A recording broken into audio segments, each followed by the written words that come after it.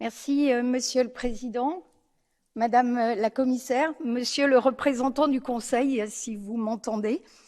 Depuis début 2020, l'Union européenne a entamé un long combat contre l'une des plus graves pandémies de l'histoire. La crise du Covid-19 a révélé notre fragilité en matière de santé publique.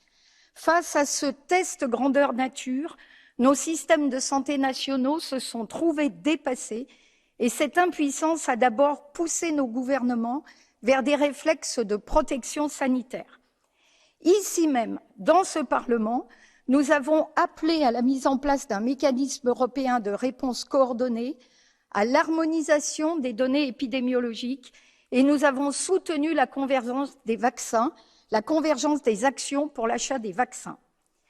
Les tentations de repli sur soi ont rapidement laissé place à la solidarité et à la coordination européenne qui portent aujourd'hui leurs fruits. Nous sommes indéniablement plus forts ensemble, mais des menaces sanitaires ultérieures sont encore à craindre.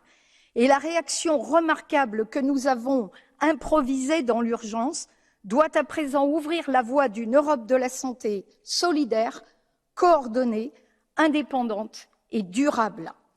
En publiant le paquet Construisons l'Union européenne de la santé, vous avez souhaité, chère Stella, apporter une cohérence à notre politique d'anticipation, de préparation et de gestion des crises sanitaires. Dans notre projet de rapport, nous souhaitons renforcer votre proposition sur 4 points. Point numéro 1, promouvoir la solidarité. Il faut lutter contre les inégalités de santé au sein de l'Union en accentuant la coopération entre les systèmes nationaux. Il faut renforcer la collaboration avec les pays tiers, surtout les plus démunis, en matière d'échange de connaissances et de bonnes pratiques. Il faut insister sur la coopération internationale, notamment par le soutien à l'élaboration d'un traité international sur les pandémies. Deuxième point, renforcer la coordination opérationnelle.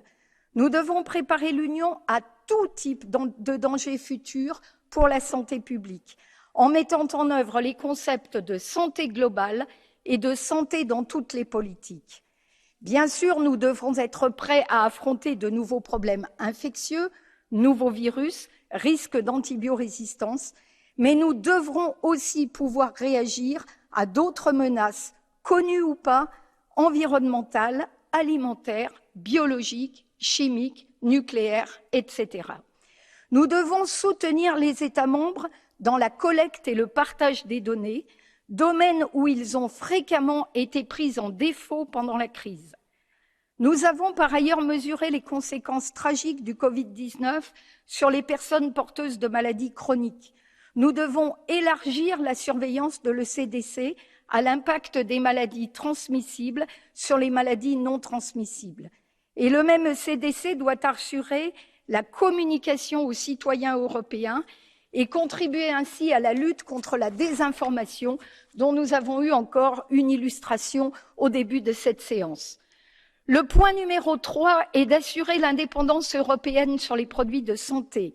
Cela passe par une implication plus forte de l'Agence européenne des médicaments, la prise en compte des produits de santé dans les ressources répertoriées pour les plans nationaux, un recours plus systématique aux procédures d'achat groupé négociées d'une seule voix, y compris en dehors des crises, et bien évidemment, nous attendons avec impatience votre proposition pour la mise en place de l'autorité HERA. Le 4e et dernier point, c'est d'instaurer une gouvernance sanitaire inclusive. Les citoyens européens réclament plus de transparence et de participation dans le processus décisionnel. Je propose de donner au Parlement un rôle d'observateur au sein du comité de sécurité sanitaire que vous avez bien fait de renforcer et d'accorder une part importante à des représentants de la société civile au comité consultatif. Je plaide également pour l'implication des autorités régionales dans la mise en œuvre des plans européens et nationaux, afin de favoriser les expériences de coopération sanitaire dans les régions transfrontalières et d'instaurer une véritable planification interrégionale. Ceci permettra aux États membres de mobiliser des financements de manière proportionnée et de partager des coûts d'infrastructures et de personnel. Les attentes des Européennes et des Européens sont fortes. Cette proposition législative ainsi que la révision des mandats EMA et ECDC posent les premiers jalons d'une véritable Europe de la santé. Doté de 5,1 milliards pour la période 2021-2027, le programme européen pour la santé EU4Health nous donne les moyens de privilégier cohérence et efficacité dans notre politique sanitaire.